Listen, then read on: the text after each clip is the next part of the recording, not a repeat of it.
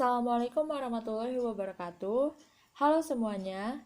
Di materi budgeting 1 income statement kali ini, Learning with Panda akan membahas soal UTS akuntansi biaya 2 tahun 2019-2020, yaitu soal kedua mengenai operating budget.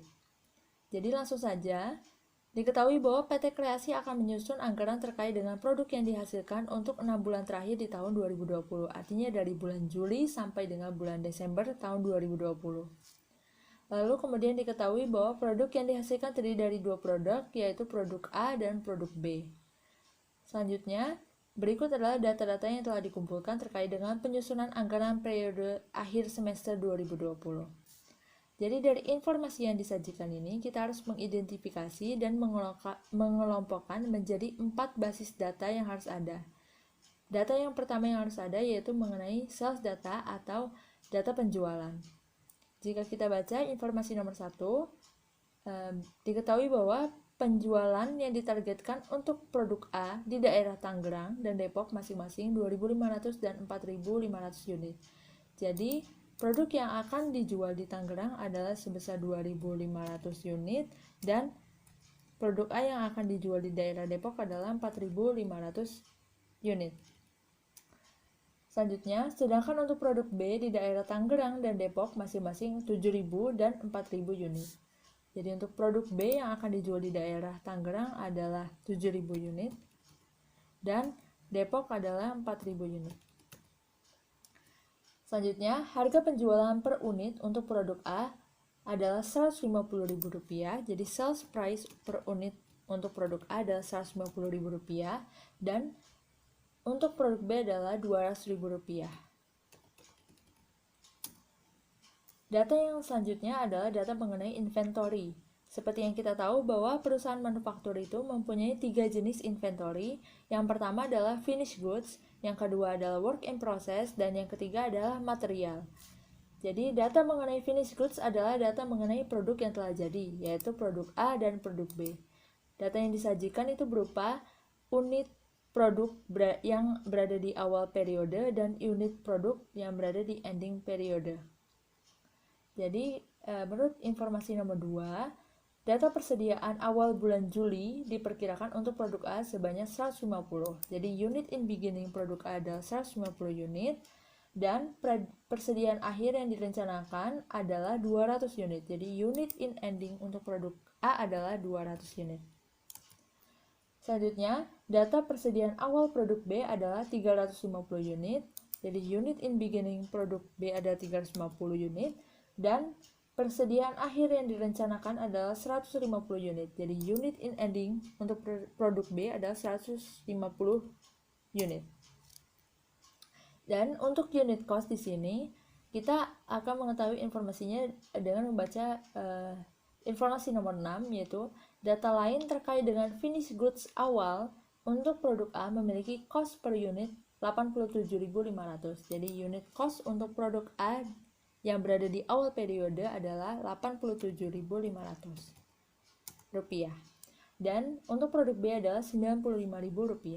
Rp95.000. Selanjutnya, jenis inventory yang selanjutnya adalah work in process. Namun, di soal tidak diketahui informasi mengenai work in process, jadi kita tuliskan none atau tidak ada data. Selanjutnya, jenis inventory yang ketiga adalah material. Material, informasi yang disajikan yaitu sama, unit di awal periode dan unit di akhir periode, serta unit cost-nya. Jadi, dengan membaca informasi nomor 6, kita bisa tahu bahwa pada awal Juli 2020, perusahaan tidak memiliki saldo bahan baku langsung. Artinya, unit in beginning untuk material X dan Y adalah 0.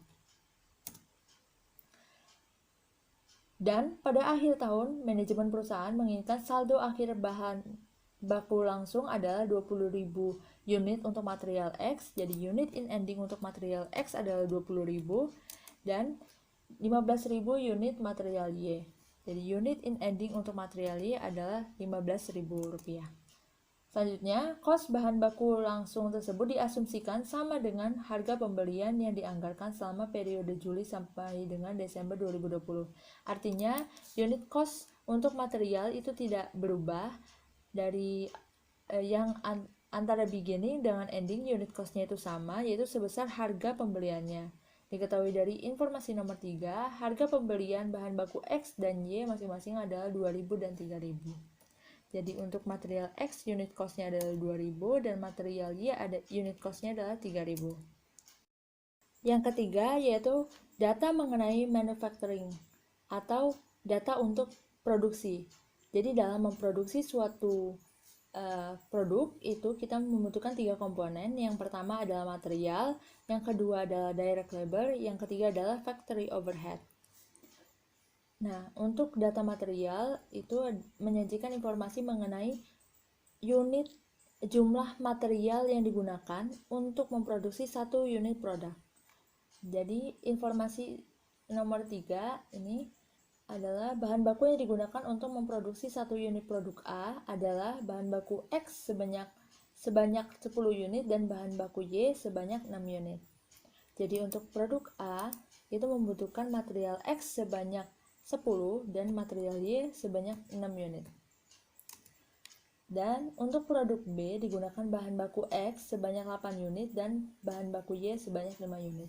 Jadi untuk memproduksi satu unit produk B dibutuhkan 8 unit material X dan 5 unit material Y. Selanjutnya, komponen yang kedua adalah direct labor. Direct labor ini terdiri dari direct labor base-nya dan direct labor rate-nya. Untuk direct labor base-nya itu bisa menggunakan direct labor hour ataupun machine hour.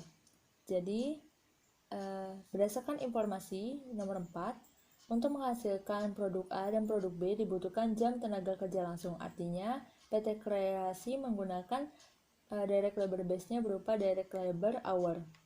Masing-masing 2,5 jam dan 3 jam.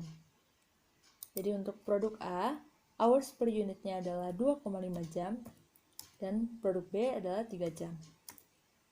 Lalu, tarif upah per jam kerja langsung masing-masing produk adalah 13.000 dan 15.000. Jadi, tarif per labor hour untuk produk A itu adalah sebesar Rp13.000 dan untuk produk B adalah Rp15.000. Komponen yang selanjutnya adalah factory overhead. Untuk factory overhead ini terdiri dari 2, yaitu fixed dan variable. Untuk yang variable, besar nilainya itu ditentukan oleh cost driver-nya atau pemicunya.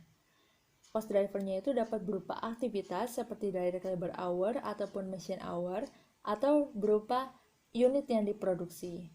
Nah, PT Kreasi berdasarkan informasi ini adalah menggunakan cost driver-nya berupa unit yang diproduksi. Jadi, rate factory overhead yang dibebankan ke produk A adalah 22.000 per unit, sedangkan produk B adalah 25.000 per unit. Artinya, FOH rate untuk produk A adalah 22.000 rupiah per unit dan produk B adalah 25.000 rupiah per unit. Data yang keempat yaitu adalah non-manufacturing data. Disediakan informasi di bagian pertanyaan yang E bahwa beban komersial sebesar 650 juta rupiah. Artinya operating expense-nya sebesar 650 juta rupiah. Selanjutnya ditanya mengenai sales budget, production budget, direct material budget, direct labor budget, dan cost of goods manufacturing and income statement budget. Langsung saja kita jawab pertanyaan pertama, yaitu sales budget. Tujuannya adalah mengetahui total revenue yang akan diterima oleh PT Kreasi. Caranya adalah dengan mengalihkan unit price atau harga jual dengan quantity sold atau unit yang akan dijual. Jadi, untuk produk A, unit yang akan dijual di daerah Tangerang, menurut data sales data, ada sebanyak 2.500 unit. Untuk produk A yang akan dijual di daerah Depok adalah sebanyak 4.500 unit. Jadi totalnya adalah 2.500 ditambah dengan 4.500 sama dengan 7.000 unit.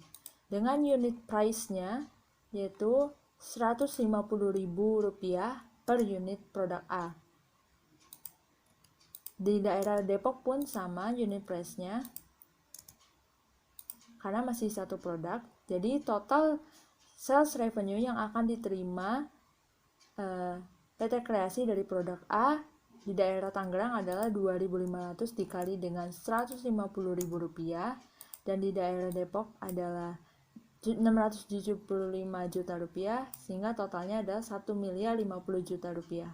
Untuk produk B yang akan dijual di daerah Tangerang sebanyak 7.000 unit, dan untuk daerah Depok produk B akan dijual sebanyak 4.000 unit, sehingga total unit yang akan dijual dari produk B adalah 11.000 unit. Unit price-nya adalah Rp200.000.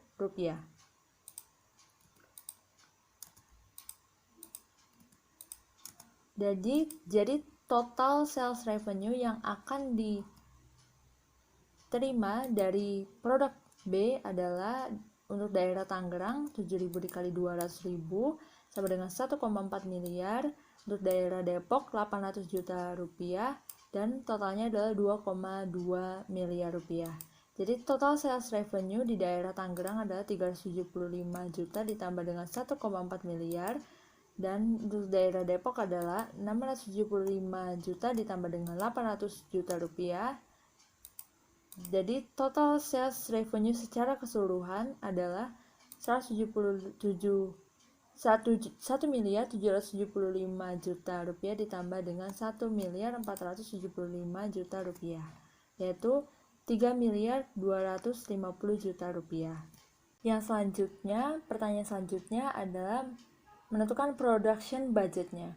Dari production budget ini kita akan bisa tahu total produk yang akan diproduksi dengan cara menggunakan equity concept, yaitu input sama dengan output. Jadi equity concept adalah input sama dengan output. Input yang terdiri dari unit in beginning ditambah dengan unit produce, dan output yang terdiri dari unit to be sold ditambah dengan unit in ending. Jadi untuk mengetahui unit to be produced, kita mengetahui dulu nilai outputnya, lalu dikurangi dengan unit in beginning, maka kita akan mengetahui quantity produce-nya.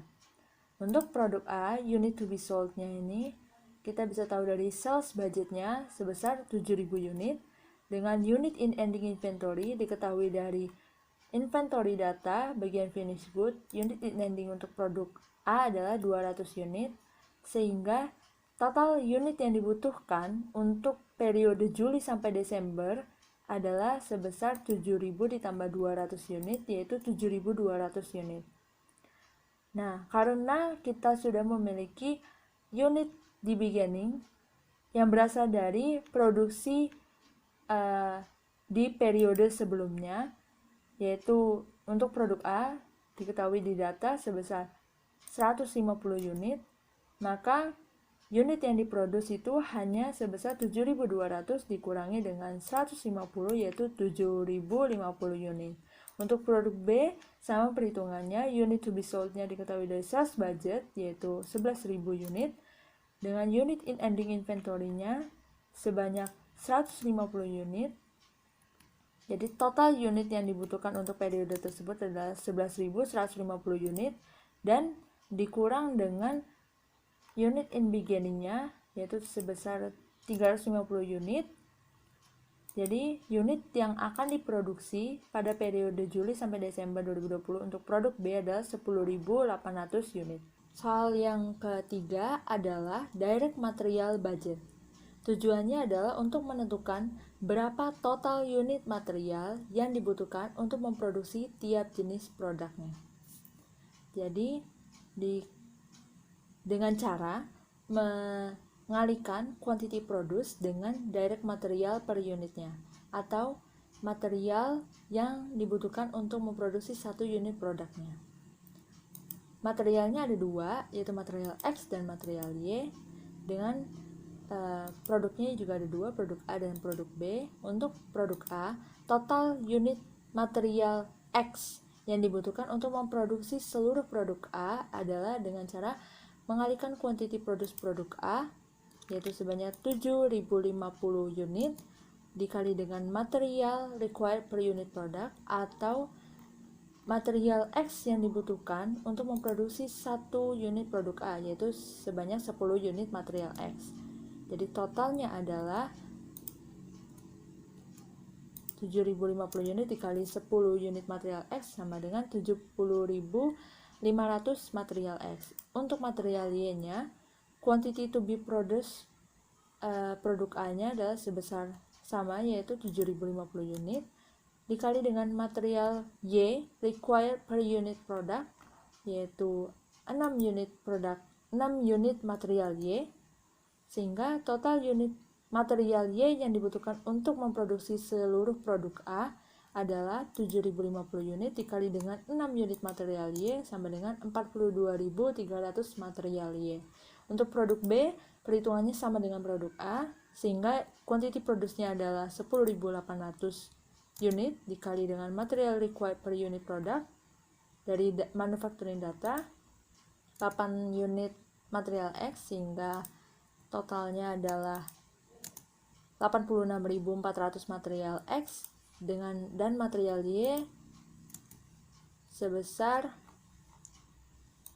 5 material Y untuk satu produk B, sehingga totalnya adalah 10.800 dikali dengan 5 unit material Y, yaitu 54.000 material Y.